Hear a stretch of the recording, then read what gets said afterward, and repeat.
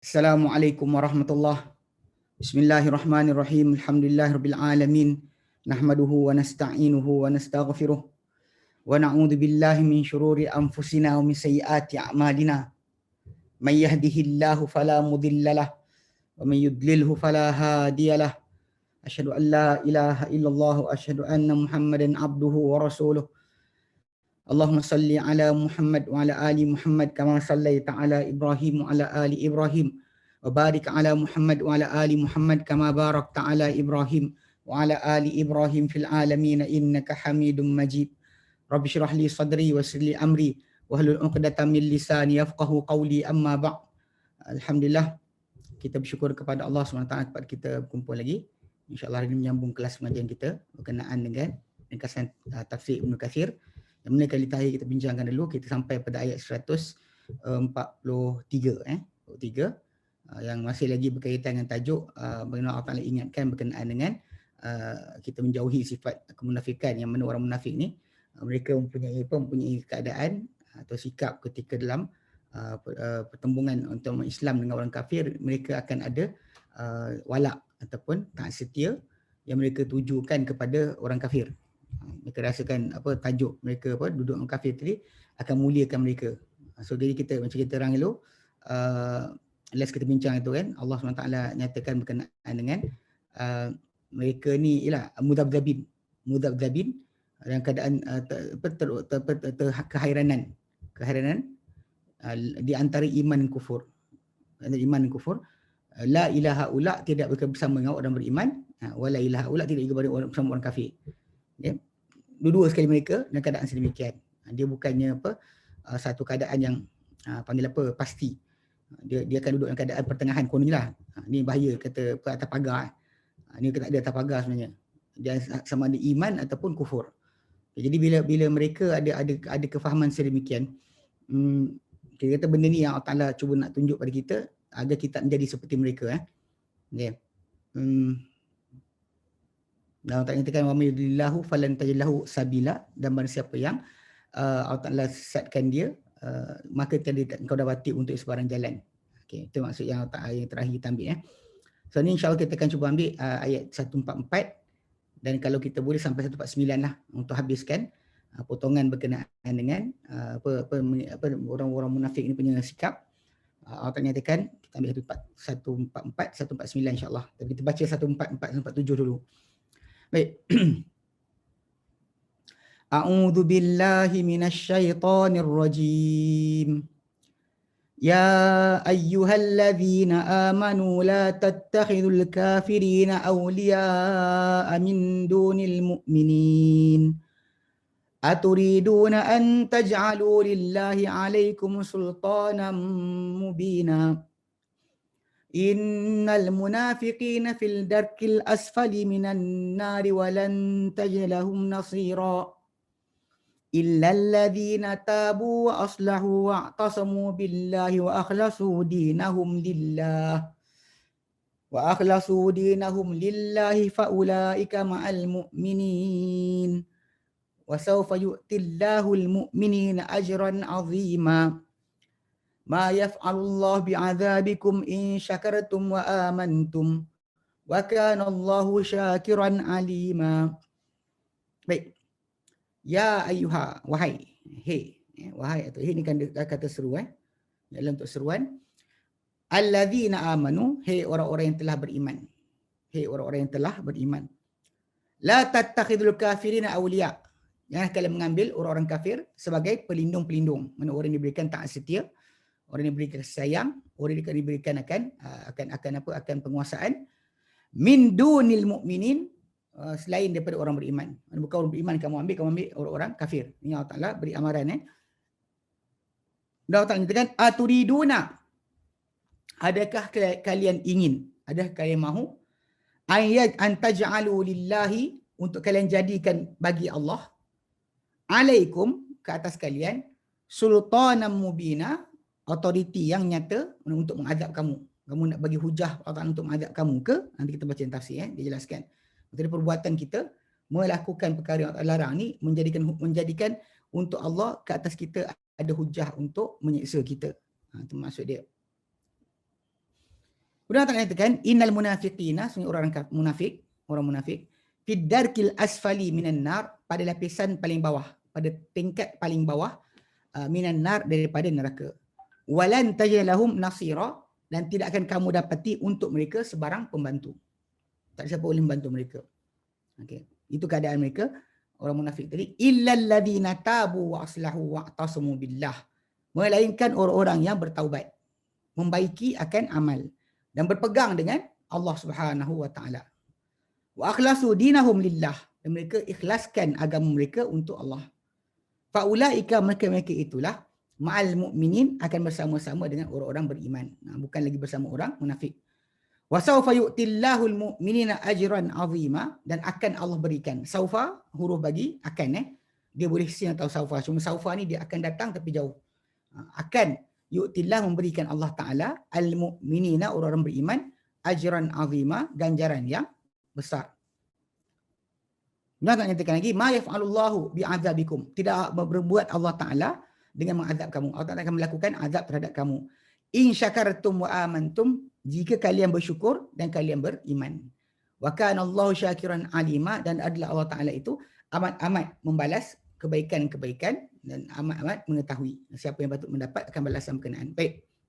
Berkata Ibn Katsir rahimahullah, yanha ta'ala ibadahul mu'minina, melarang Allah Taala hamba-hambanya yang beriman, an ittikhadil kafirin awliya'a min dunil mu'minin, daripada mengambil orang-orang kafir sebagai pelindung-pelindung, bukannya orang-orang beriman yang mereka ambil.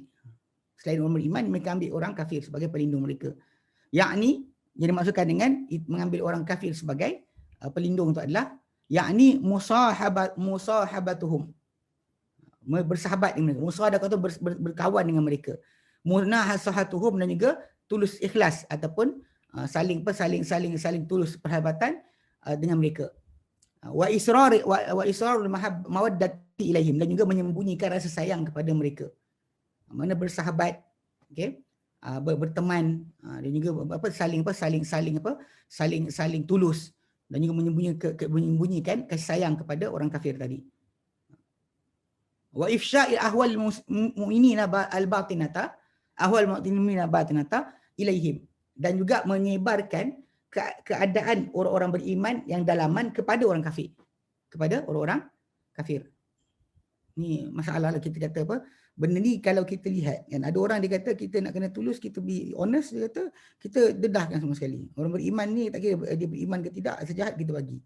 Kita burukkan dia depan orang kafir. Ini masalah yang sering berlaku lah. Memang dalam agama, memang sesiapa yang tidak berlaku dengan tidak berlaku adil, tidak saksama, memang Allah Taala akan dedahkan, Allah Taala akan burukkan dia. Tapi dalam masa yang sama, kita orang beriman tidak boleh terlibat dalam konteks masalah apa, kita kata contoh macam menjadi penyokong pada orang kafir ke atas menang pada orang beriman. Itu masalah lah. Itu kata memang zaman para sahabat Nabi dahulu pun bila naik kan pemerintah yang mereka tak suka, Bani Umayyah macam kita ceritakan dalam tarikh Tasyri'. Tapi tidak sekali-kali para sahabat berusaha nak jatuhkan orang beriman tadi guna orang kafir. Dia takkan gunakan. Maksud dia tak suka dengan orang beriman tu satu benda. Tak suka kezaliman dia, betul. Kita tak ada masalah. Tapi untuk menjatuhkan orang beriman menggunakan orang kafir ni ada masalah. Maksud seolah-olah macam lagi baik orang kafir naik daripada seorang mukmin naik. Ini benda yang tak boleh berlaku pada umat Islam. Sebab kita tak boleh berikan walak kita. Tak nak terlibat, tak ada hal. Tak nak terlibat, silakan. Tapi kita kata untuk berkesekongkol dengan orang kafir, menjatuhkan orang Islam, naikkan orang kafir kat orang Islam, itu tak boleh berlaku. Tidak boleh berlaku sama sekali. Pasal ini Allah Ta'ala berikan gambaran. Ini pasal kes tadi lah. Pasal pada orang munafik, ketika duduk dengan Rasulullah SAW sendiri pun, mereka ada hujah masing-masing lah. Nak katakan mereka tak puas hati dengan Rasulullah SAW. Demikian juga keadaan mana pun, memang manusia ini takkan boleh berpuas hati dengan sesiapa pada setiap waktu. Itu benda fakta, kita tak boleh elakkan. Namun begitu, ketidakpuasan hati kita tadi tak boleh membawa kita kepada bersekongkol dengan orang kafir dalam masalah untuk menjatuhkan orang Islam. Orang yang bersyahadah dua kalimah syahadah. Ya, walau dia jahat sekalipun. Walau jahat sekalipun, tidak kita bersekongkol untuk menjatuhkan dia bersama orang kafir. Kalau dikata kita memberikan maklumat kita kepada orang Islam juga. Maksudnya kerajaan Islam juga, kerajaan contohnya, untuk mendedahkan orang lain supaya diambil tindakan. Itu tak ada masalah. Tapi untuk be sided, berada bersama-sama pihak orang-orang kafir, kemudian bersekongkol dengan mereka untuk menjatuhkan orang-orang Islam. Ini tidak boleh berlaku. Sebab tu tajuk ni tajuk yang sangat-sangat kita panggil apa? Sensitif. Zaman kita sekarang ni orang ramai melihat ialah kejahatan itu adalah rasuah dalam pentadbiran kerajaan. Itu yang dikata kejahatan. Tapi dia tak lihat bahawa mengingkari perintah Allah Ta'ala, mensyirikkan Allah Ta'ala itu lagi besar. Kan? Sebab tu Allah Ta'ala sebut dalam Quran, dalam surah Al-Baqarah kan, Allah Ta'ala sebut berkenaan dengan ayat 191. Allah Ta'ala nyatakan, wal fitnatu akbaru minal qatl. Fitnatu asyaddu minal qatl. Mana kekufuran itu lebih dahsyat daripada pembunuhan. Mana bunuh tu dahsyat. Tapi kufur tu, syirik kepada Allah Ta'ala itu lebih dahsyat di sisi Allah Ta'ala berbanding perbuatan berkenaan. Ini benda kita kata timbangan yang patut ada. Kita bukan untuk mata ke atas maksiat, kita bukan untuk mata kita ke atas rasuah, tapi kita tak boleh meletakkan tajuk rasuah tadi mengatasi kepada masalah kekufuran kesyirikan kepada Allah Subhanahu Wa Ta'ala. Kita kena perangi semua sekali. Termasuk dalam kes masalah kalau orang tu kufur, ingkari perintah Tuhan, minum arak, berjudi, berzina dan sebagainya, ataupun tak pernah percaya Allah Ta'ala Tuhan, dan kita tak boleh duduk dengan dia untuk kita bersekongkol menjatuhkan orang lain. Itu asas yang kena jaga. Yang kita kata benda ni yang bahaya dia. Sebab nampak macam ringan, tapi berlaku pada masyarakat Islam kita, banyak orang yang merasakan dia hero bila berdapat mendedahkan akan korupsi. Tapi dalam masa yang sama, dia tak pernah rasa bimbang pun berkenaan dengan kedudukan dia bersama dengan orang buat kemaksiatan kepada Allah Ta'ala. Terutama kekufuran. Kekufuran kepada Allah Ta'ala itu besar. Lain Allah Ta'ala ampunkan. Serius, orang tu buat rasuah dan sebagainya, Allah Ta'ala boleh ampunkan. Macam kita daripada ayat kita baca dalam surah Nisa kan 2 kali kita kata bacaan. Tentang Allah Ta'ala kan, innallaha la yaghfiru an yushraka bihi. Allah Ta'ala tak ampunkan disekutukan dengannya. Wa yaghfiru ma duna dzalika liman yasha. Dan Allah Ta'ala akan ampunkan apa selain itu bagi siapa-siapa yang dia kehendaki. Selain itu Allah Ta'ala akan boleh ampunkan. Yang syirik, kufur tak akan boleh diampunkan sama sekali. Sebab tu kena jaga-jaga sikit. Prioriti kita dalam dakwah, dalam kita menjelaskan akan kebenaran, tak boleh kita melihat bahawa satu benda tu besar. Pasal benda ni saya perhatikan memang ada. Diorang kata apa? Pusat apatah dekat Eropah berkenaan dengan masalah morality, jenayah moral pada masyarakat sebagainya. Diorang letakkan nombor 1 korupsi kerajaan. Walaupun zina, macam sekarang ni kan macam kes baru ni bila sibuk tentang app yang sugar daddy. Tadi tengok macam sistem kufur, geng-geng anti poligami, tak cakap pun. Dia macam ni dia diam. Senyap je, tak cakap apa. Kita sibuk kan. Tapi ini masalah dia. Jadi basic yang kena jaga kat sini adalah masalah kufur itu, syirik itu lebih besar banding masalah maksiat yang lain. Maksiat lain kita tentang, tapi tidak mengatasi berkenaan dengan tarik kufur dan syirik. Sebab kufur syirik tadi tak akan boleh lepaskan oleh Allah Ta'ala hari kiamat nanti. Adapun lain dari itu, dosa-dosa, hatta berzina, berjudi pun boleh Allah Ta'ala ampunkan. Ini kena faham. Dia kata, kama qala Ta'ala, macam Allah firmankan, sebagaimana Allah Ta'ala firmankan, dalam surah Al-Imran 28, Allah Ta'ala nyatakan, a'udzubillahi minasyaitanirrajim, la yattakhidhul mu'minuna al-kafirina awliya'a min dunil mu'minin. Tidak akan mengambil orang-orang beriman orang kafir sebagai pelindung-pelindung, sebagai wali-wali. Pelindung-pelindung min dunil mu'minin, selain orang beriman. Dia tak ambil orang beriman, ambil orang kafir. Tidak akan buat. Wa may yaf'al dzalika falaysa minallahi fi syai'. Barang siapa buat perkara itu, maka tiada dia daripada Allah Ta'ala sedikit pun. Mana Allah Ta'ala tak ada hubungan dengan apa dia buat. Don't ever say that I doing this because of God, because of Allah. I'm doing this because I hate corruption dan sebagainya. So Allah Ta'ala isytiharkan awal-awal, tiada dia di Allah Ta'ala sebarang apa hubungan. Illa antataku minhum tuqah. Kecuali kalian buat benda ni kerana apa? Dengan orang kafir kalian ambil kerana untuk berlindung daripada mereka dengan satu perlindungan. Kerana mereka akan bunuh ke, mereka akan siksa ke. Maka dengan sebab itulah dibenarkan untuk tak apa mengambil kalau dalam keadaan terdesak. Sebab ini nak bagi menjaga nyawa. Sebab nyawa Allah Ta'ala adalah benda yang kita kena jaga. Hatta solat pun boleh berubah keadaan bila mana berkaitan dengan nyawa. Okay. Wa yuhadzirkumullahu nafsah. Allah Ta'ala peringatkan kalian tentang dirinya. Kalau dia nak bimbang apa-apa, bimbang tentang diri Allah Ta'ala ke atas kalian. Apa yang Allah Ta'ala akan hitung, apa Allah Ta'ala akan hisap, berkaitan perbuatan kita itu lebih dahsyat daripada apa saja yang lain. Bimbanglah benda kat dunia ni, terbimbanglah kepada Allah Ta'ala lebih lagi. Ai yuhadzirukum uqubatahu fi irtikabikum nahyihi. Dia kata, dia memperingatkan kalian tentang hukumannya atau siksaannya dalam perlakuan kalian nahyahu akan larangannya. Perbuatan kalian melanggar larangan dia, dia peringatkan berkenaan hukuman yang akan diberikan. Walihada qala hahuna, kena Allah Taala firmankan dekat sini, Allah Taala kata jangan ambil orang kafir sebagai pelindung, sebagai pembantu, sebagai penyokong. Okay? Allah Taala kata aturiduna an taj'alu lillahi alaikum sultanan mubina. Adakah kalian nak menjadikan untuk Allah ke atas kalian ada autoriti atau kuasa yang nyata? Ai maksud dia sultan tu adalah ay hujjatan alaikum fi uqubatihi iyyakum. Hujah ke atas kalian dalam penyiksaan dia ke atas kalian, akan kalian. Bila dia nak siksa kalian, hujah tu ada. Kalian sengaja nak bagi hujah ke Allah Taala siksa kalian, tu maksud dia. Rawah bin Abi Hatim dari Ibn Abi Hatim, Ibn Abbas radhiyallahu anhuma qauluhu, kata-kata beliau, qauluhu firman Allah Taala sultanan mubina, sultan autoriti atau kuasa yang nyata. Kata Ibn Abbas, kullu sultanin fil Quran hujjah. Setiap sultan ataupun autoriti dalam Quran ni adalah hujjah. Adalah hujjah.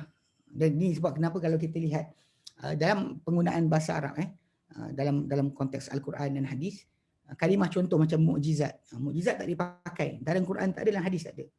Tapi digantikan maksud dia dengan macam sultan, burhan, ayat, bayinat. Antara kalimah dia sultan adalah hujah atau authority. Hujah ke atas kalian dalam menyiksa kalian. Okay. Jadi dia kata wa isnaduhu sahih, dan sanad dia kepada Ibn Abbas adalah sahih. Wa kadza qala Mujahid wa Ikrimah wa Sa'id bin Jubair wa ghairuhum. Demikian dikatakan oleh Mujahid bin Jabr, Ikrimah, Sa'id bin Jubair dan selain mereka. Yang mereka berkatakan bahawa maksud, adakah kalian nak jadikan untuk Allah ke atas kalian sultan mubin, hujah yang nyata. Maksud dia untuk menghukum kalian. Kalian sengaja nak bagi ke? Itu soal tajuk dia. So Allah tak redha untuk kalian berada bersama dengan orang kafir. Ini apa yang kita isytiharkan daripada dulu, kini dan akan datang. Maksudnya pilihan raya ke dan sebagainya, pemilihan orang bukan Islam sebagai pemimpin adalah haram. Adalah haram. Either A elakkan terus atau B jangan buat. Pasal ini masalah bahaya dia. Banyak orang kata bahawa tapi ustaz orang ni jahat. Dia betul. Orang yang Islam tadi itu mungkin berdosa dan jahat. Tapi anda bersekongkol dengan kafir untuk jatuhkan seorang Muslim, bahkan buat helah dan sebagainya, apatah lagi helah dan sebagainya, untuk memenangkan kafir kata Muslim, sedangkan orang tersebut tak mengisytiharkan Allah Ta'ala sebagai Tuhan. Kita tak pernah lihat benda tu. Kasih sayang boleh ada. Ada kasih sayang antara kita dengan orang yang tak terima Allah sebagai Tuhan. Kita layan dia sebagai manusia, ya, tak ada masalah. Allah Ta'ala tak pernah larang. Macam kita kalau bagi anjing minum pun dapat masuk syurga, beri orang kafir makan pun pasti dapat lebih baik daripada bagi anjing. Tapi dalam masa yang sama, tidak kita angkat atau menjadikan mereka di teman rapat. Sebab tu Nabi sebut dalam hadis yang sahih, la tusahib illa mu'min. Jangan kalian bersahabat rapat bersama dengan orang beriman. Wa la yakul ta'amaka illa taqi, dan janganlah makan makanan kamu kecuali orang yang bertakwa. Maksud yang pertama tu Nabi kata larang berkenaan dengan tajuk berteman rapat. Kalau anda kata berkawan sebagai jiran dan sebagainya, tak apa, tak ada hal. Jangan mengatasi akan tajuk kawan kita tadi sampaikan akidah kita tidak ada nilai. Pasal nak menjaga hati dia, semua benda dia sembah, kita angguk kepala. Itu sangat salah. Sangat-sangat salah. Baik. Thumma akhbara ta'ala, memberitahu Allah Ta'ala, innal munafiqina fi darkil asfali minan nar. Sebenarnya orang-orang munafik pada lapisan paling bawah daripada neraka. Ay yaumul qiyamati, pada kiamat nanti. Jazaan ala kufrihim, sebagai balasan ke atas kekufuran mereka, al-ghaliz, yang kasar. Mana balasan yang kasar ke atas kekufuran mereka. Ya. Ini sangat dahsyat Allah berikan. Bahkan lebih bawah daripada orang-orang musyrik, bawah daripada orang kafir lain. Manusia yang tak sembah Tuhan banyak, akan ada lapisan kedudukan berdasarkan dosa masing-masing. Makin bawah seorang tu dalam neraka, makin besarlah dosa dan kesalahan dia. Makin ke tebing dia daripada neraka, makinlah sikit ataupun kecil dosa dia. Maksudnya diringankan. Kalau dia kata macam neraka ni jurang.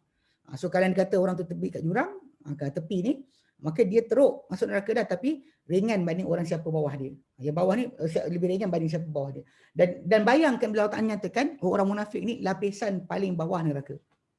Lapisan paling bawah neraka. Tak ada lagi lah. Itu dahsyatnya Allah Ta'ala berikan akan kepada orang munafik ni akan tempat. Okay. Dia kata, ai fi asfalin nar, berada pada lapisan paling bawah, itu neraka. Kalau Ibn Abbas, darkil asfali minan nar adalah lapisan paling bawah, tingkat paling bawah neraka. Itu pada bawah neraka. Wa qala ghairuhu, dia berkata selain Ibn Abbas, an-naru darakat. neraka adalah bertingkat-tingkat, ini ke bawah. Kama annal jannata darajat. Bagaimana syurga tu bertingkat-tingkat ke atas. Syurga bertingkat ke atas, neraka bertingkat ke bawah. Cuma darjat ke atas, darkah ke bawah. Darkil asfal, lapisan ataupun tingkat paling bawah pada neraka. Okey. Okey, dia kata warawa Ibn Abi Hatim an Abi Hurairah radhiyallahu anhu, diriwayatkan Ibn Abi Hatim daripada Abu Hurairah radhiyallahu anhu. Dia kata apa?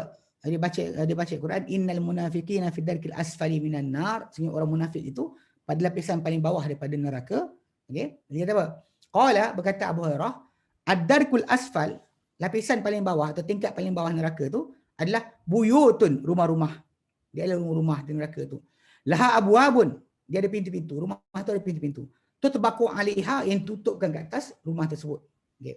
Fatuqadu min tahtiha wa min fawqiha. Lalu dinyalakan api daripada bahagian bawah rumah tu dan bahagian atas rumah berkenaan.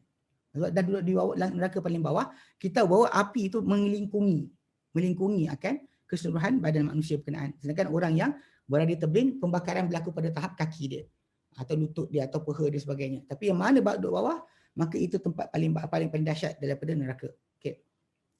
Walan tajid lahum nasira, dan kamu takkan dapati untuk mereka sebarang pembantu. Itu yunkiduhum mimma hum fihi, yang akan selamatkan mereka daripada apa mereka berada padanya. Wa yukhrijuhum min alimil azab, dan juga mengeluarkan mereka daripada kepedihan azab. Takkan ada yang menyelamatkan mereka daripada mereka berada, dan juga keluarkan mereka daripada kesakitan azab. Takkan ada yang boleh membuat sedemikian. Thumma akhbara ta'ala, kemudian beritahu Allah Ta'ala, anna man taba minhum fid dunya taballahu alaihi. Tapi ini tajuk dia, belas kasihan Allah Ta'ala, bila manusia itu berdosa, dosa besar mana sekalipun, Allah SWT bersedia untuk memaafkan dan mengampunkan. Selagi mana dia masih hidup, tidak sampai nyawa di halkum. Macam hadis Nabi kata, inilah kebal taubatal abd, sehingga Allah Ta'ala menerima taubat seorang hamba, malam yugharrir, sama dia tidak ghar-ghara, itu sampai nyawa ke tengkuk. Kalau dia sampai nyawa kat tengkorok dia, pernafasan dia, maka tidak ada lagi taubat baginya. So dia nampakkan oleh Allah Ta'ala akan ke mana tempat dia akan pergi. Tapi selagi mana dia hidup, walaupun orang tu penuh dengan perangai kemunafikan, Allah Subhanahu Wa Ta'ala berikan kat sini satu pintu besar. Kalau orang tu munafik sekalipun, teruklah kecakap bohong, tipu orang, berkawan dengan orang yang benci Islam. Ini benda ni berlaku dalam masyarakat Islam kita. Yang kita kata manusia ni konon nak jadi pandai memandaikan diri sendiri atau rasa mereka pandai, sanggup kadang-kadang bersama dengan orang kafir. Bahkan bersama dengan orang yang benci agama asalkan dapat. Saya pelik juga ada sekali tu kan. Waktu saya duduk kat Yaman. Adalah beberapa orang tersebut daripada Jabatan Agama Islam mana. Di ketika tu, waktu tu diorang menemani Tun Dr. Mahathir Mohamad dalam tajuk ialah perjalanan ke Yaman, jumpa sekian Petronas dan sebagainya. Jadi ketika sampai dekat Yaman tu, grup yang ustaz-ustaz ataupun yang agama yang follow Tun Mahathir ketika tu, dia minta kami para pelajar bawa diorang cari buku untuk lawan Wahabi. Dia kata kalau boleh tak, kat mana cari buku lawan Wahabi? Saya kata dengan diorang, buku kedai macam tu ada, tapi kedai Syiah lah. Tak apa, tak kisah. Kita tak kisah. Dia sanggup ambil kata-kata hujah orang yang menghina isteri-isteri Nabi, mencerca para sahabat, hanya kena puaskan hati dia untuk mengutuk orang Islam yang lain. Sebab hujah tak ada. Bawa kepada diorang punya ajaran yang ikut bid'ah ni, diorang tak ada hujah. Tapi sanggup dia cari kitab dari kitab-kitab orang-orang Syiah tu untuk supaya boleh lawan balik kepada hujah-hujah tauhid ataupun penolakan bid'ah yang dibawa oleh seruan sunnah. Ini pelik. Saya tak faham kenapa. Saya cakap direct. Saya kata dengan dia, ada buku macam tu tapi kedai Syiah lah. Boleh. Kita tak ada masalah tu. Pergi cari buku untuk lawan Wahabi. Daripada kedai Syiah. Sampai sekarang sepah ke internet, Facebook ke, kumpulan yang sesat ni, sentiasa mencari hujah dan juga kata-kata Tak kisah daripada siapa, asalkan tolak sunnah. Asal tolak sunnah Nabi, asal ikutkan dia punya kehendak, jadi sufi ke jadi apa sekalipun, asalkan hujah tadi ada, cukup. Tak kisah yang bercakap tadi setan pun tak apa. ini masalah pelik kan. Macam mana saya tak faham kenapa. Memang saya tak boleh brain. Sampai sekarang saya tak faham. Tapi dekat sini kita tahu bahawa kadang-kadang kononnya orang-orang ni, orang-orang ni, dia kononnya nak jadi apa, nak dapatkan hujah dan actually apa, meluaskan pandangan dan sebagainya. Sedangkan benda tersebut adalah datang daripada orang yang kufur kepada Allah Ta'ala. Menghina Nabi SAW, kita ambil kata-kata daripada dia. Tak faham. Saya tak faham. Okey. Ini kepelikan bila ada orang Islam kita sibuk kata Syiah ni saudara kita. Dia seolah tutup mata berkenaan dengan sejarah dunia, apa yang Syiah buat sepanjang sejarah dunia ni. Apa Syiah buat? Apa yang Syiah buat? Rosakkan empire-empire Islam. Zaman Abbasiyah ke Umayyah ke, semua sekali mereka buat kerja merosakkan akan tajuk Islam sendiri. Tapi orang tak sedar. Banyak tertipu kemudian atas dasar seruan apa? Penyatuan. Seruan penyatuan. Tak apalah Mu'tazilah pun tak apa tak kira Asy'ariyah ke Maturidiyah ke tak apa. Kita bukan masalah tu, orang tu nak berfahaman apa, kita tak pernah larang. Tapi kalau nak menjelaskan kebenaran, kita jelas kebenaran. Yang ini yang sahabat Nabi pegang. Yang ini bukan sahabat Nabi ajar. Cakapnya tu lah direct. Tak perlukan kepada kita berpura-pura. Unless kita kata nyawa kita terancam macam berlaku zaman Imam Ahmad bin Hanbal, bagi orang yang tidak bercakap seperti kehendak khalifah pada zaman tersebut, untuk mengutuk dan sebagainya, menolak berkenaan Quran itu kalamullah, maka kata Quran itu makhluk. Kalau anda kata orang tu takut dipukul, takut disiksa, dia cakap, then itu ialah. Bahkan Imam Ahmad dengan pendirian itu tak bercakap, tak nak cakap kecuali apa yang benar saja, boleh je. Jadi secara sudut asalnya kita panggil apa, kita kata berkenaan dengan kata-kata dan sebagainya, apa pertuturan kita ni, kalau tak kita jaga dan kita bersama-sama dengan orang yang kufur dan sebagainya, ini masalah. Tak patut berlaku lah. Tapi okay, walaupun dah macam tu keadaan dia, Allah SWT buka pintu taubat seluas-luasnya. Jadi dah orang tu siapa sekalipun, Ayapin ke, Sukaha ke, tak kira siapa nama sekalipun makhluk yang sesat tu, Ibu Yati ke, kalau sekiranya mereka nak bertaubat, dekat sini Allah Ta'ala berikan tahu. Cuma akhbar Ta'ala, kemudian beritahu Allah Ta'ala, anna man taba minhum fid dunya taba alaihi, bahawa siapa-siapa, beritahu Allah Ta'ala bahawa siapa-siapa yang bertaubat di kalangan mereka, yang munafik tadi, bertaubat di dunia, taballahu alaihi, taba alaihi, Allah Ta'ala akan kurnia taubat ke atasnya. Wa qabila nadamihi, wa qabila nadamahu, Allah akan terima akan penyesalannya. Idza akhlasa fi taubatihi wa aslaha amalahu, bila dia ikhlas pada taubatnya dan juga elokkan amalan dia. Wa atasama bi rabbih fi jami' umurihi, dan dia berpegang dengan Tuhannya pada semua urusannya.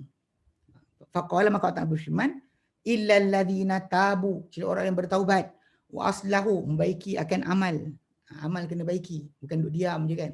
Kalau kita banyak kadang orang tu bertaubat, saya menyesal satu benda tu, reconcile balik, untuk baiki balik amal tu mesti berlaku pembaikan amal. Bukannya kita hanya setakat kata saya menyesal dan kita menangis. Tangisan kita tu alhamdulillah satu step. Tapi step seterusnya adalah kena bertaubat dan elokkan amal. Sebab tu memang Allah sentiasa gabungkan masalah taubat ni dengan membaiki amal. Ilal tabu wa aslahu. Kan? Ataupun ilal tabu wa amala wa amila salih. Kita orang bertaubat, beriman dan beramal salih. Kena ada amal. Dia tak boleh taubat tadi kosong tanpa sebarang pergantian semula. Kena ganti balik apa yang ada telah terlepas. Itu tanda sebenar taubat. Adapun kalau orang tu bertaubat, saya taubat, lepas tu besok buat lagi. Ataupun tak baiki amal dia. Ini masalah lah. Ini adalah masalah. Kecuali orang yang berikhlas taubatnya dan baiki amal dia. Okay? Allah tersebutkan aslahu wa'tasamu billah.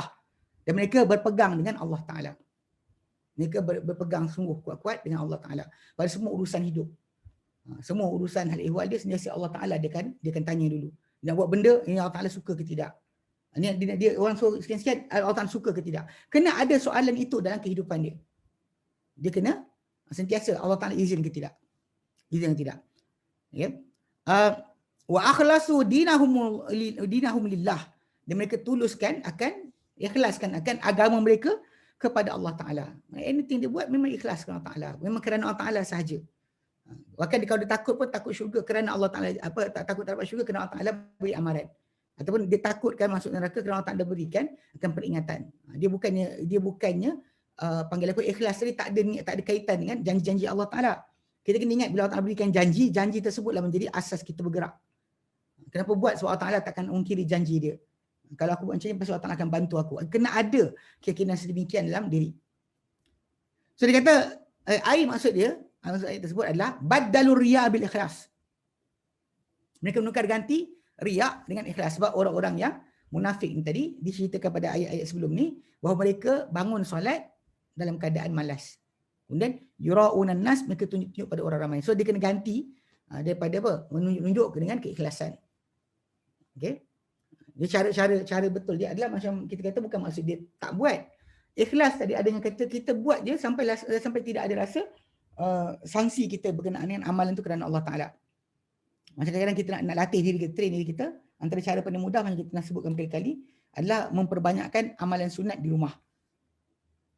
Bukan kita di masjid.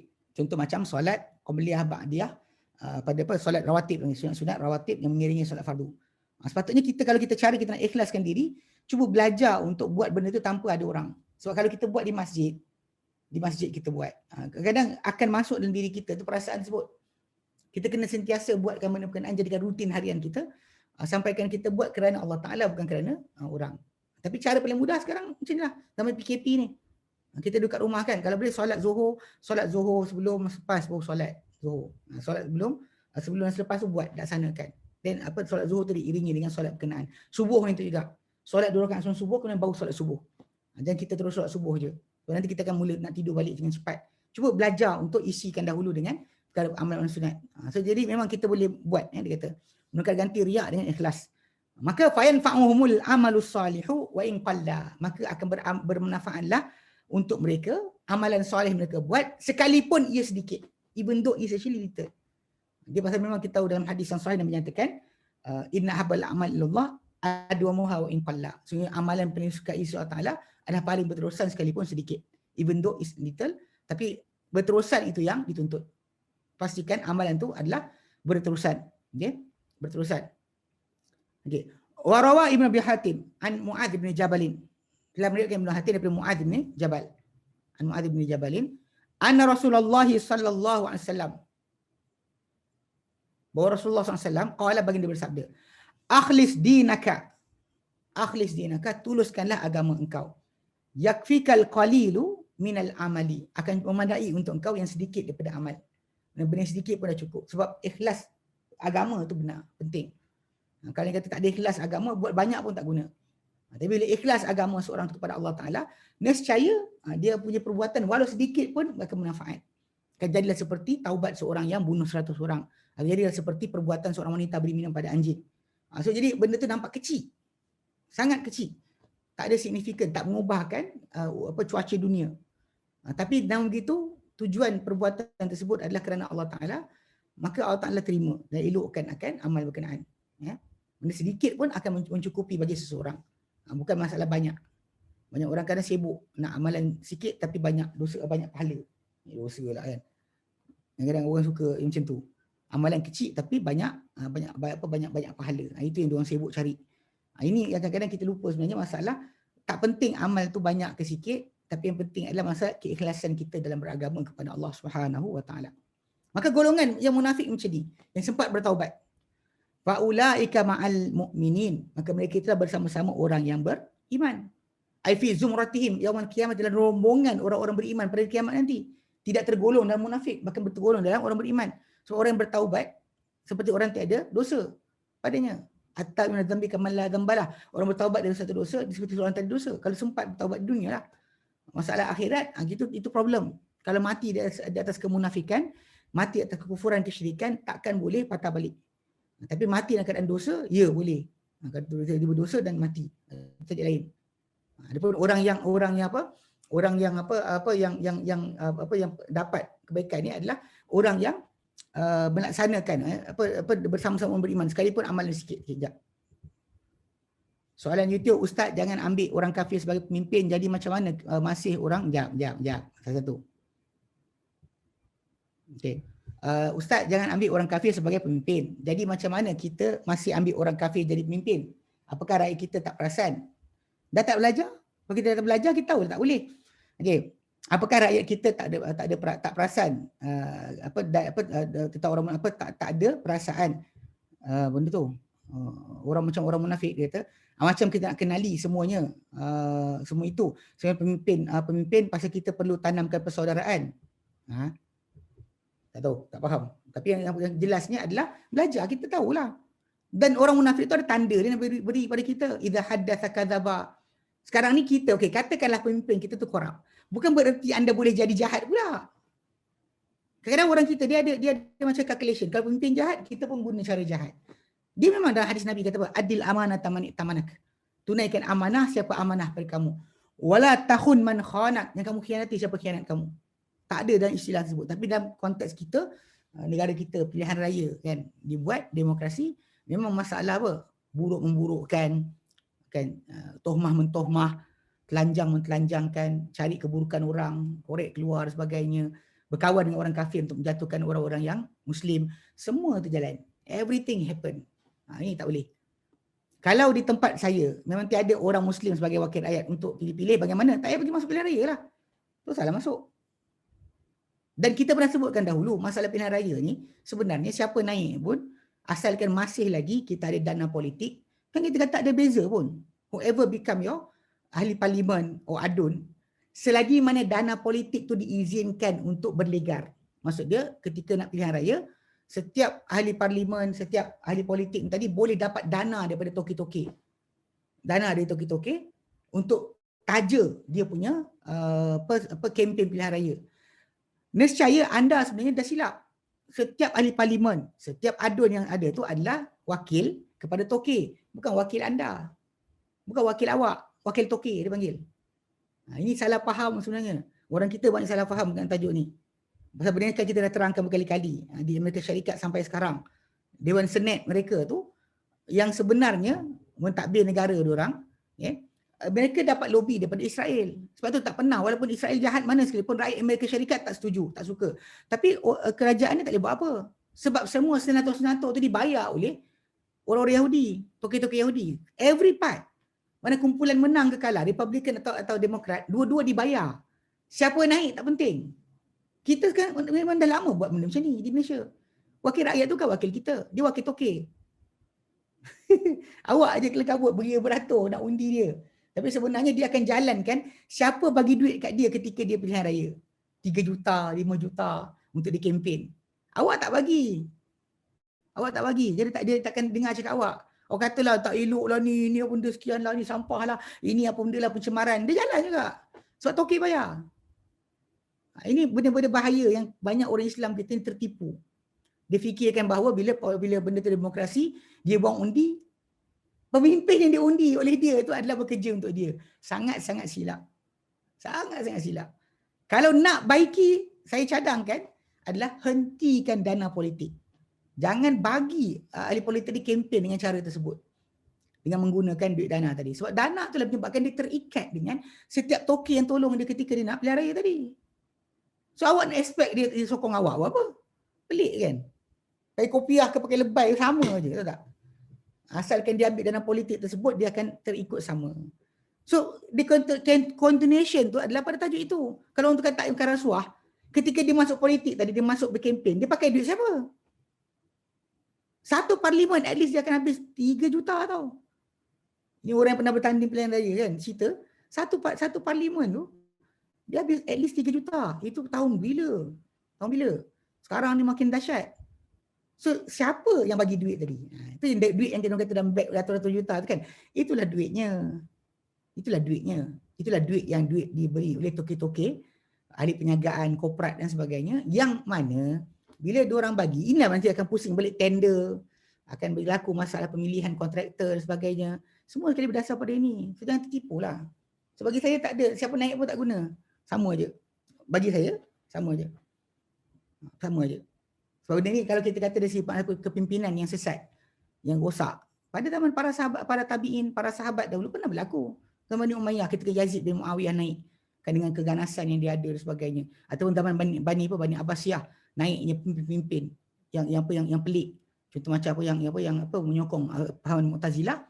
dan menyiksa ahli sunnah supaya mengatakan kata-kata yang tak sepatut dikatakan. Ataupun zaman Osmaniyah, Turki, kubur-kubur dibesar-besarkan, jadi syiar.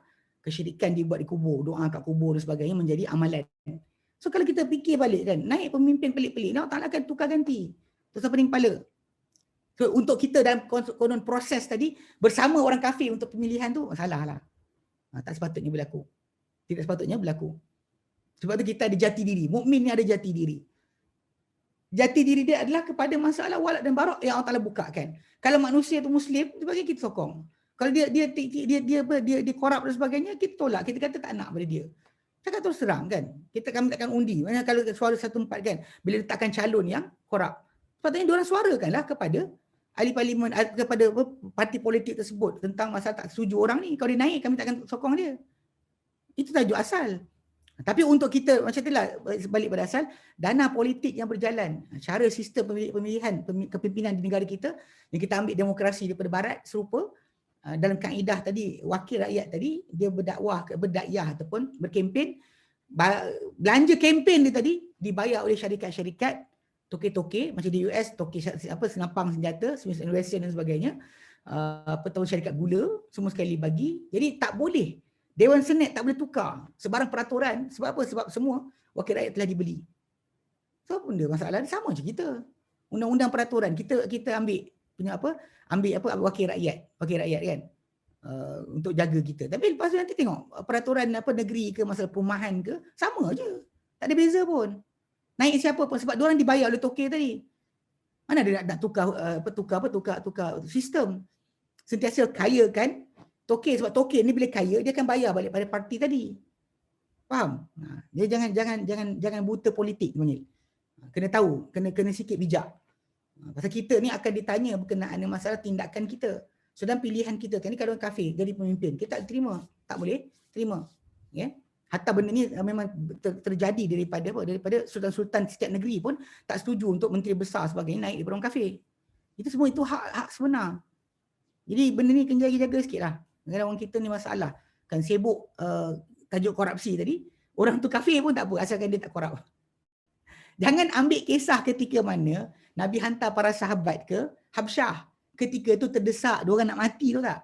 Nak dibunuh di Mekah. Dilarikan diri ke Habsyah.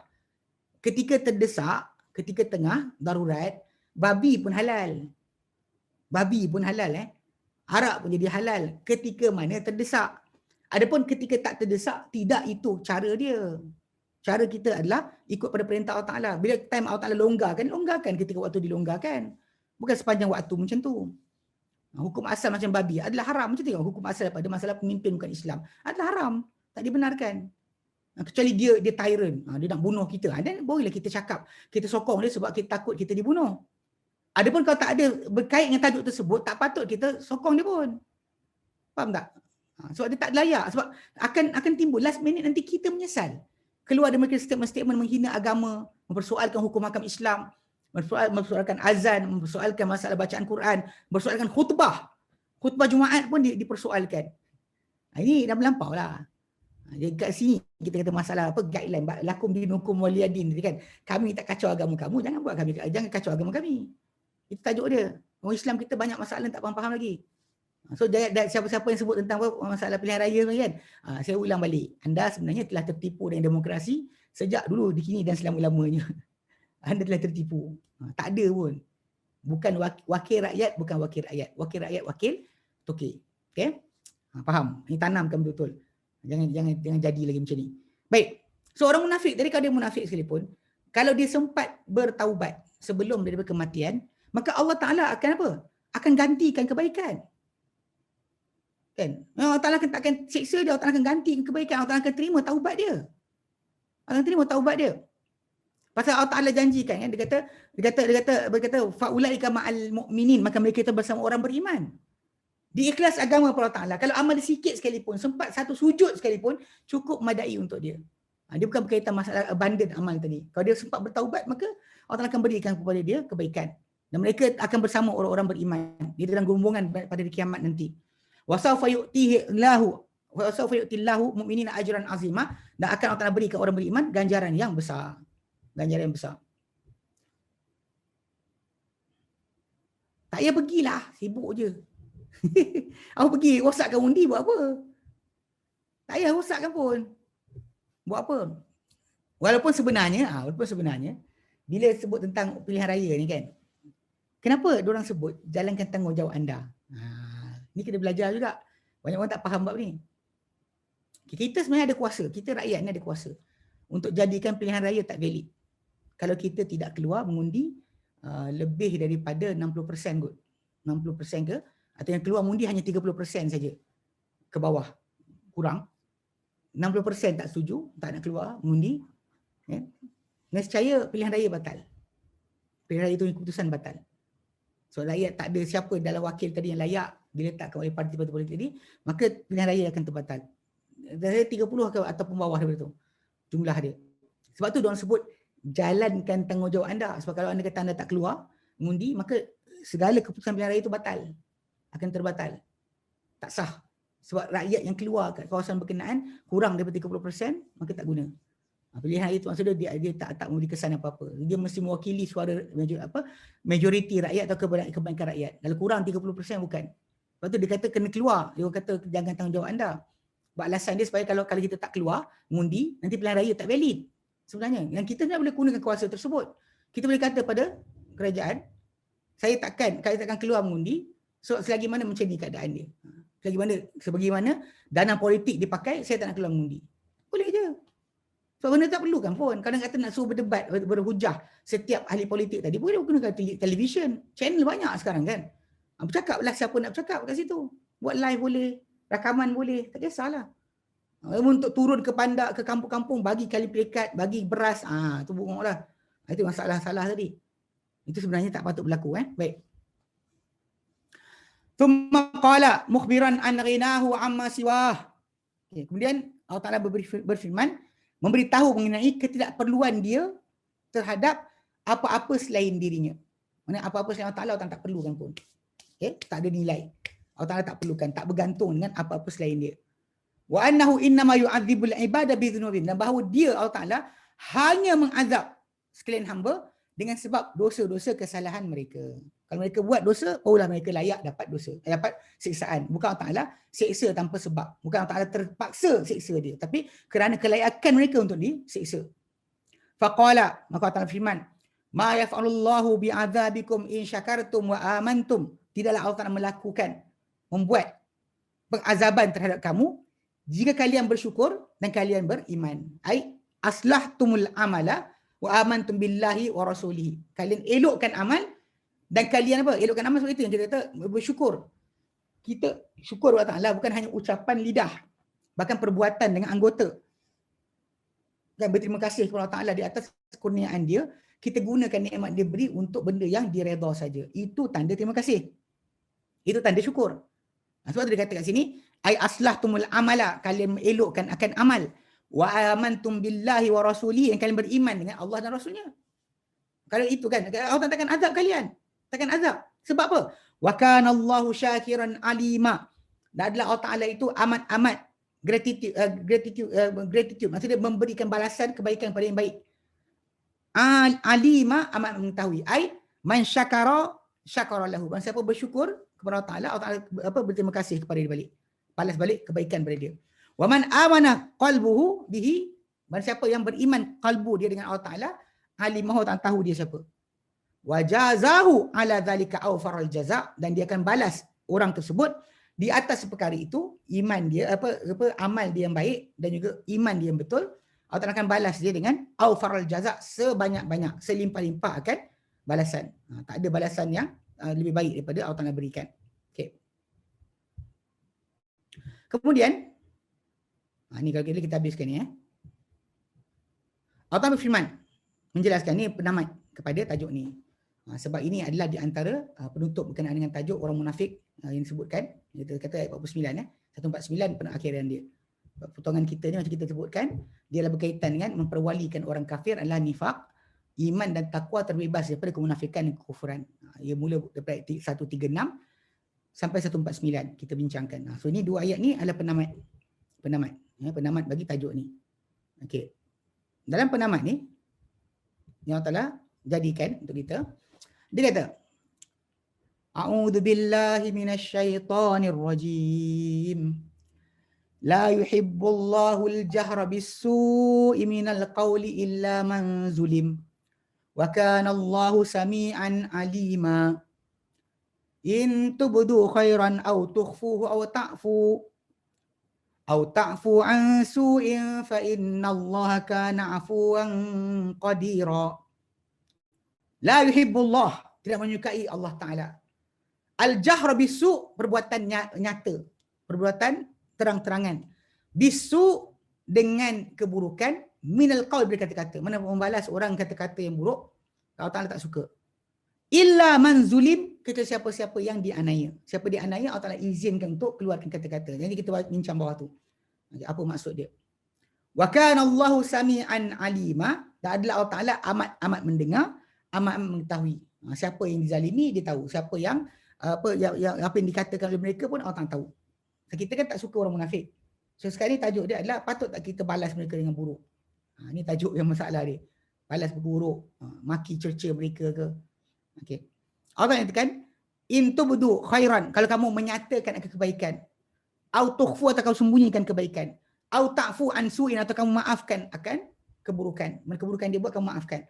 Fa innallaha kana afuwan qadira, maka ketahuilah sesungguhnya Allah Taala amat pemaaf, sekalipun Allah Ta'ala amat berkuasa untuk menghukum. Dia boleh menghukum tapi dia boleh maafkan. So kita ambil itu di penjelasan dia.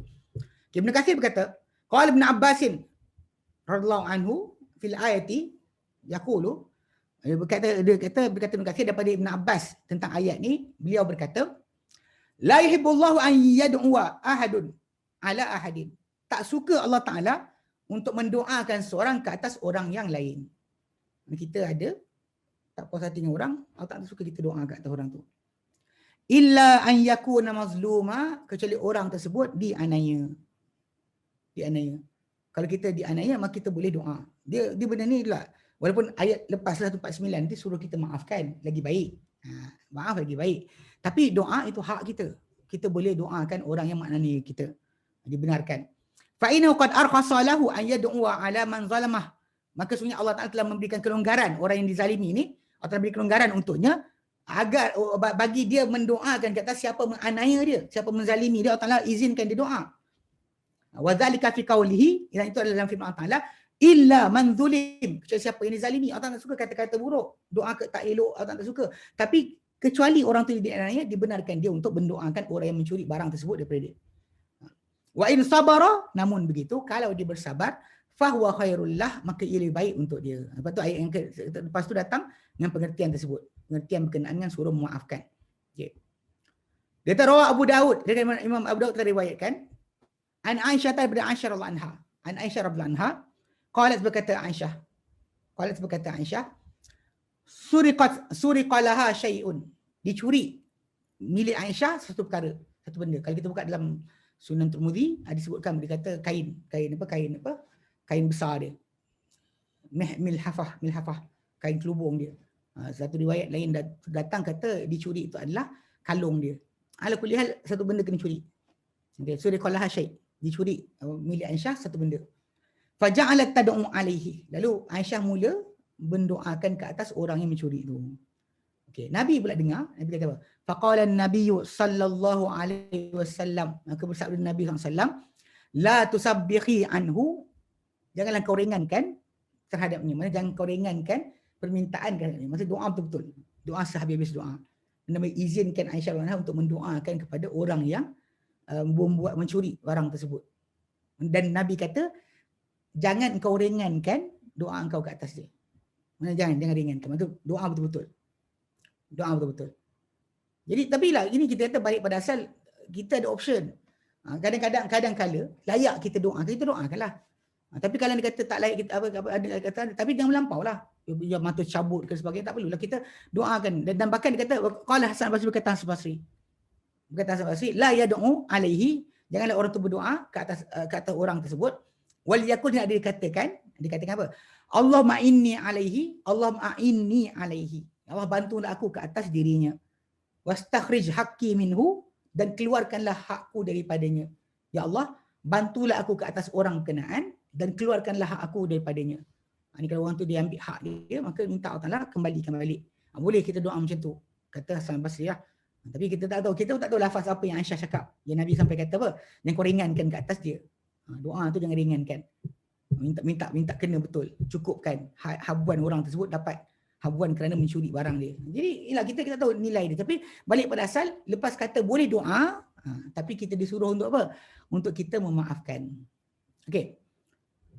Ini datang hadis berkenaan dengan tajuk yang lain. Dia kata, waqala Abdul Karim bin Abdul Malik Al-Jazari fi hadhihi al-ayati, berkata Abdul Karim bin Malik bin Al-Jazari, dia kata tentang ayat ni, dia kata huwa rajulu yashtumuka fashatamtahu, dia adalah seorang lelaki yang cela engkau, kau cela dia balik. Walakin iftara alaika fala taftara alaihi, tapi kalau dia membuat pembohongan kat atas kau, jangan bohong kat atas dia. Mana kalau dia balas, dia kata engkau satu benda, kau balas balik. Dia kata kau bodoh, kau cakap bodoh balik, tak ada hal. Tapi kalau dia buat bohong kat atas engkau, jangan kau buat pembohongan kat atas diri dia. Liqaulihi, kerana firman Allah Ta'ala dalam surah Asy-Syura 41, wala man intasara ba'da zulmihi faulaika ma alaihim min sabil. Namun siapa yang intasara, diberikan bantuan sesudah dizalimi, penzaliman dia, mereka itulah tiada kata mereka sebarang jalan. Maksud dia dibalas balik kan, dimenangkan balik dengan kata penzaliman dia, dibenarkan balik, maka tak boleh dah kita tambah lagi lebih dari itu. Tak boleh lebihkan. Kalau dia kata bodoh, bodohlah. Dia kata kita bodoh, cakap bodoh, awak bodoh. Sudahlah. Ya, kepala bapak engkau, itu tak boleh lah. Lebih daripada kadar tak boleh. Ala kulli hal, balik pada asal kita kata dari segi sudut masalah pembalasan semula tadi. Adakah patut atau tidak? Walaupun kita kata sekarang ni kita beritahu hukum asal adalah tidak menjadi masalah untuk orang tu balas balik. Sebab memang ada ayat surah apa, surah Al-Baqarah, dalam surah Al-Baqarah ayat 194 kan, faman ya'taya alaikum, barang siapa melampau ke atas kamu, fa'tadu alaihi bislima tada alaikum, melampau balik ke atas dia macam dia melampau kepada kamu. Tapi nama kita ulang balik, yang disarankan sebenar adalah kemaafan. Kemaafan tu yang diutamakan, bukannya pembalasan diutamakan. Sebab kalau kita balas sendiri, maka kita terlepas kelebihan di sisi Allah Subhanahu Wa Taala. Jadi kita baca ayat ke bawah sikit. Warwa Abu Daud an Abi Hurairah, kita menaikkan Abu Daud daripada Abu Hurairah anhu, anna Rasulullah sallallahu alaihi wasallam qala, baginda Rasulullah bersabda, al-mustabbani ma qala, dua orang mencela adalah mengikut apa mereka dua katakan. Ni cela orang yang bodoh, cela orang bodoh. Okey, dua-dua kena. Fa'alal badi'u minhuma, maka yang dosa adalah di atas orang yang memulakan di antara mereka berdua. Who start it? Dosa kat atas dia. Ma lam ya'taddal mazlum, selama mana tidak melampau. Melampau melebihi batas orang yang dianiaya.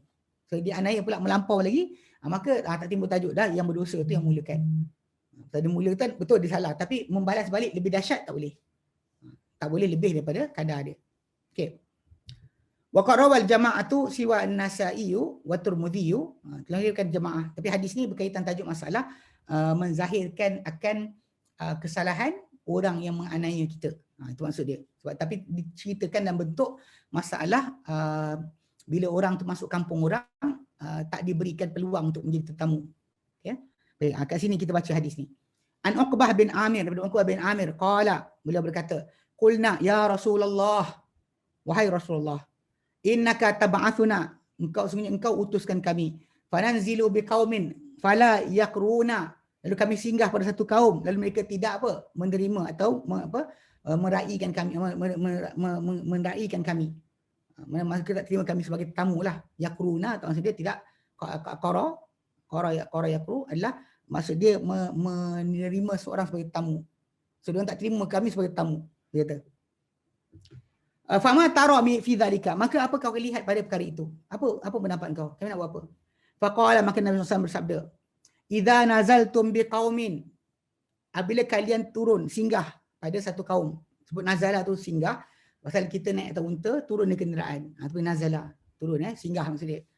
Turun pada satu kaum, singgah pada satu kaum. Fa amaru lakum bima yanbaghi lidhaif, lalu mereka perintahkan, arahkan untuk kalian apa harus untuk tamu. Faqbalu minhum, maka terima daripada mereka. Whatever they give you, hak untuk duduk. Pasal ni biasanya dalam perkampungan, kampung. So orang datang dari luar, masuk dalam, sepatutnya mereka duduk dalam kawasan kampung tadi sebagai tetamu. Bukan rumah orang, bukan rumah orang, tapi masalah apa? Kampung tersebut. Kampung berkenaan. Sebab kita kata pada zaman dahulu, ketika kita masuk kampung-kampung orang kan, dia kampung-kampung ni ada kubu. Bila kita duduk kat luar kubur, luar daripada kota, nescaya kita akan diserang oleh binatang buas, perompak dan sebagainya. Kalau kita dalam bandar tersebut atau kampung tersebut, kita akan terjaga. So bila kita singgah situ, mereka patut izinkan kita singgah di dalam. Bukan di rumah, di dalam. Maka Nabi kata kalau mereka beri perintah untuk kamu apa yang harus untuk tetamu, maka terima. Wa illam yaf'alu fakhudhu minhum haqqad dhaifi alladhi yanbaghi lahum. Jika mereka tak buat, maka ambillah dari mereka hak tetamu yang seharusnya bagi mereka. Apa mereka kata sebagai tetamu, patut dapat apa. Dia kami nak benda tu, hak tadi.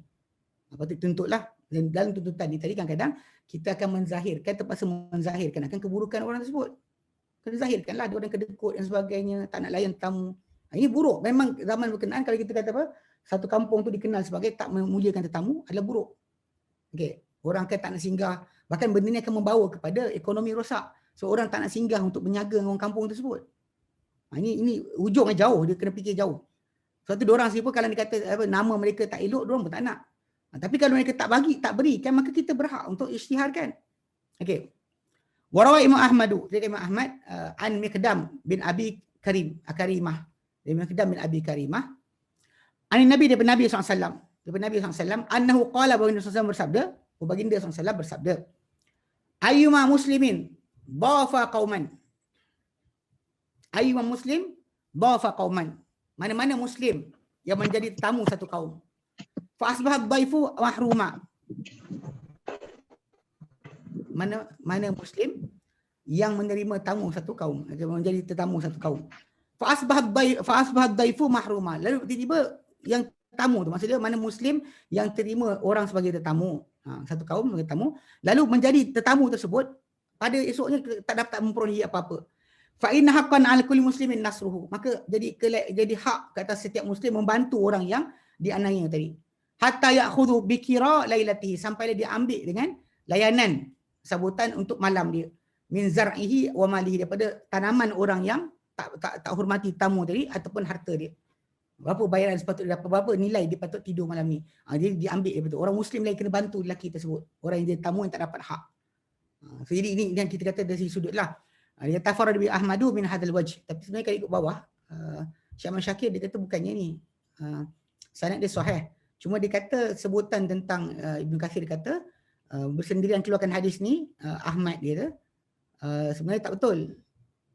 Sebab ada diriwayatkan juga oleh Abu Daud. Abu Daud diriwayatkan hadis ni. Kemudian kedua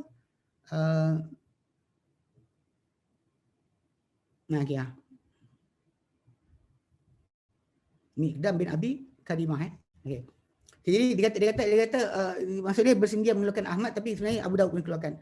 Warawa Ahmadu aidan, dia kata Ahmad juga, an Miqdam bin Abi Karimah, Miqdam bin Abi Karimah, dia kata apa? Sami'a Rasulullah SAW yaqul, dia mendengar Rasulullah SAW bersabda, lailatul dhaifi, malam tetamu, malam sambutan menjadi tamu, wajibatun ala kulli muslimin, wajib kata setiap muslim. Maksudnya dia kena jaga kalau tamu tu masuk kampung dia untuk jadi tamu, dia kena jaga. Fa in asbaha bi finaihi mahruma, jika orang tu berada besok pagi bangun pagi dan di kawasan halaman dia dan keadaan tak dapat apa-apa, kana dainan lahu alaihi, ia menjadi hutang untuk orang tersebut ke atas orang yang terima sebagai tamu tadi.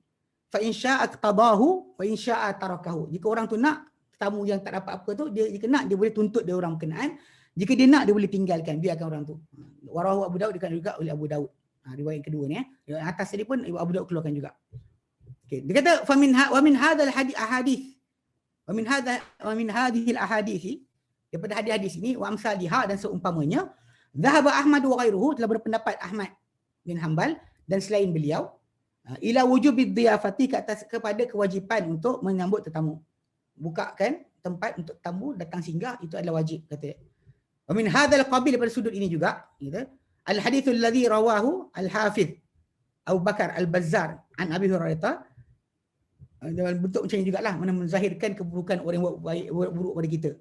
Dia kata daripada Hafiz Abu Bakar Al-Bazzar, daripada Abu Hurairah anhu, anna rajulan atan nabiyya sallallahu alaihi wasallam faqala, bahawa seorang lelaki datang pada Nabi SAW lalu dia berkata, innali jaran yu'dhini, aku ada seorang jiran yang yang menyakiti aku. Faqala lahu, lalu dia berkata Rasulullah SAW kepada lelaki itu, akhrij mata'aka fada'hu 'ala at-tariq. Keluarkan barang-barangan engkau, letak tengah jalan.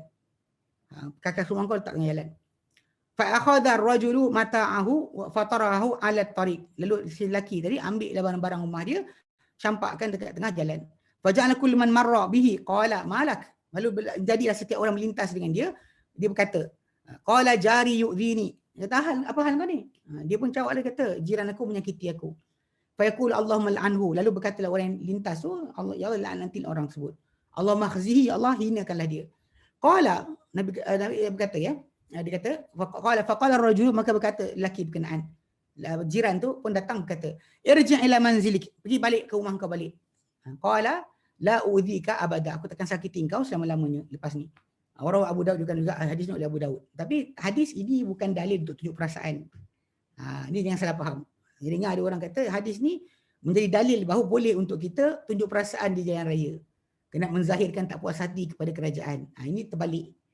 Dia benda yang tadi jiran tadi, awak tak boleh apply kepada tajuk masalah kerajaan. Perbuatannya, pasal kita ada hadis lain yang letakkan hak kerajaan tu lain. Hak kerajaan adalah lain. Hak jiran kita adalah lain. Setiap orang ada cara kita masing-masing untuk kita laksanakan teguran. Teguran pada kerajaan benda lain. Teguran pada jiran tajuk lain. Tak boleh disamakan benda berkenaan. Saya tengok ada beberapa orang penceramah-penceramah di Malaysia ni, dia baca hadis ni, dia kata inilah dalil boleh kita tunjuk perasaan, tunjuk tak puas hati dengan kerajaan yang kita ada. Ini masalah yang salah. Sebab Nabi larang dalam masalah kes tadi, berkenaan kerajaan, ada hadis larangan. Macam ibu bapa lah. Ibu bapa kita manusia juga, tapi dia ada speciality yang berasingan, beramlani dengan orang lain. Tak boleh kita samakan mak bapak kita macam orang lain punya hukum.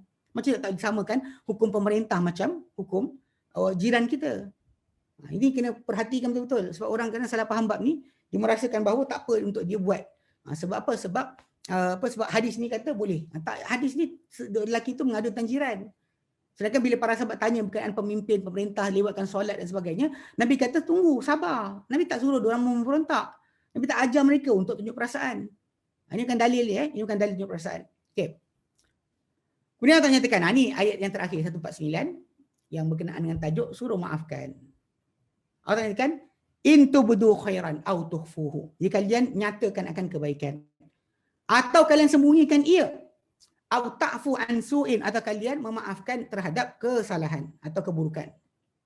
3, sama ada tunjuk kebaikan atau sembunyikan, ataupun kalian maafkan mengenai keburukan. Okey. Fa innallaha kana afuwan qadira, maka Allah Taala, ketahuilah Allah Taala tu sangat-sangat pengampun. Dia setuju dengan perbuatan kamu sebab dia sangat pengampun, qadira, dalam keadaan amat-amat berkuasa. Dia boleh hukum tapi dia maafkan. Maka kalau kamu buat macam tu, kamu dapat kemuliaan di sisi Allah Subhanahu Wa Taala. Ai in tazharu ayuhan nasu, jika kalian menzahirkan wahai sekalian manusia, khairan, kebaikan, au akhfaitumuhu, atau kamu sembunyikan ia. Kita zahirkan kebaikan, sembunyi kebaikan ni, kita kena jaga persekitaran. Jangan sampai kita buat kebaikan, orang lain pula kena kutuk. Ini pun salah juga. Ini kadang-kadang boleh berlaku dalam zaman internet kan. Zaman viral kan, keadaan kita nak derma banyak lagi kita dapat, kita buatlah lakonan dan sebagainya. Tapi kena jaga-jaga. Kalau kita buat benda kita buat tadi menyebabkan orang kena cerca sebab perbuatan kita, ini masalah. Tak dibenarkan, tak patut kita buat. Betul lah kita nak dapatkan kebaikan, tapi banyak benda. Kan kadang macam kes baru ni, kes berkenaan dengan apa sedekah sebagainya, tunjuk kat sini. Sana tidak orang maki jabatan zakat. Padahal jabatan zakat sebenarnya bagi tiap bulan pun pada orang yang patut dapat. Ada bantuan bulanan, sewa bulanan rumah dibayarkan. Tapi orang tak tengok sebab tu, pasal tak ditayang kepada orang ramai. Sebab siapa yang datang ambil lah. Yang tak dapat betul ada. Tapi yang dibagi juga ramai. Janganlah kita gunakan alasan tersebut untuk memburukkan orang. Dan orang tu buat sekali-sekala je ikut musim. Yang ini berjalan sejak bertahun-tahun. Berapa ramai pelajar yang belajar di luar negara ke di dalam negara ke yang dapat duit zakat. Dia ambil daripada Jabatan Agama Islam. Itu sejak dulu lagi. Bukan baru sekarang. Dulu lagi. Jadi kena jaga sikit bab ni. Pasal kita buat tindakan kita tak jaga keadaan persekitaran, merosakkan nama orang lain. Kan kita seronok dengan orang puji kita. Tapi tak pernah pun kita fikir hak orang lain dalam perkara berkenaan. Ini sangat salah. Pasal kita buat kebaikan, kita nyatakan atau kita sembunyikan. Tak ada hal. Au afautum amman asa ilaikum. Atau kalian maafkan terhadap sesiapa yang buat keburukan kepada kalian. Fa inna dzalika mimma yuqarribukum indallah. Kerana perbuatan tu yang memaafkan orang, buat jahat pada kita, buat salah pada kita, maka itu termasuk di antara perkara yang mendekatkan kalian kepada Allah Ta'ala. Wa yujzilu sawabakum ladaihi. Wa yujzilu sawabakum ladaihi. Wa yajzilu sawabukum ladaihi. Dan menjadi melimpah ruah akan ganjaran kalian di sisinya, di sisi Allah SWT. Kenapa jadi macam tu? Fa inna min sifatihi ta'ala, kerana sungguh termasuk daripada sifat-sifatnya Ta'ala, an ya'fuwa an ibadihi, bahawa dia memaafkan terhadap hamba-hambanya, ma'akudratihi ala iqabihim, berserta dengan walaupun dia berupaya untuk menghukum mereka. Dia berupaya untuk menghukum, tapi mereka maafkan. Dia maafkan mereka walaupun dia berupaya untuk hukum mereka. Walihada qala, yang Allah Ta'ala firmankan, fa inna Allah kana afuwan qadira, maka Allah Ta'ala amat-amat mengampunkan, amat-amat berkuasa. Maksudnya dia amat mengampunkan, walaupun makhluk tu buat macam-macam, dia mengampunkan. Walaupun dia mampu untuk menghukum, tapi dia maafkan juga. Walihada warada fil hadis sahih, kerana ini datang hadis yang sahih. Okay? Dan hadis yang sahih, hadis riwayat Ahmad dan Muslim. Yang hadis tersebut, Nabi SAW bersabda, ma naqasa malum min sadaqah, takkan kurang harta disebab sedekah. If ever seorang tu bersedekah, harta takkan kurang. Harta takkan menjadi kurang kerana bersedekah. Wala zadallahu abdan bi'afwin illa izza, dan tidak menambah Allah Ta'ala seseorang hamba dengan sifat pemaaf kecuali bertambah mulia. Wa man tawadha'a lillahi rafa'ahu Allah.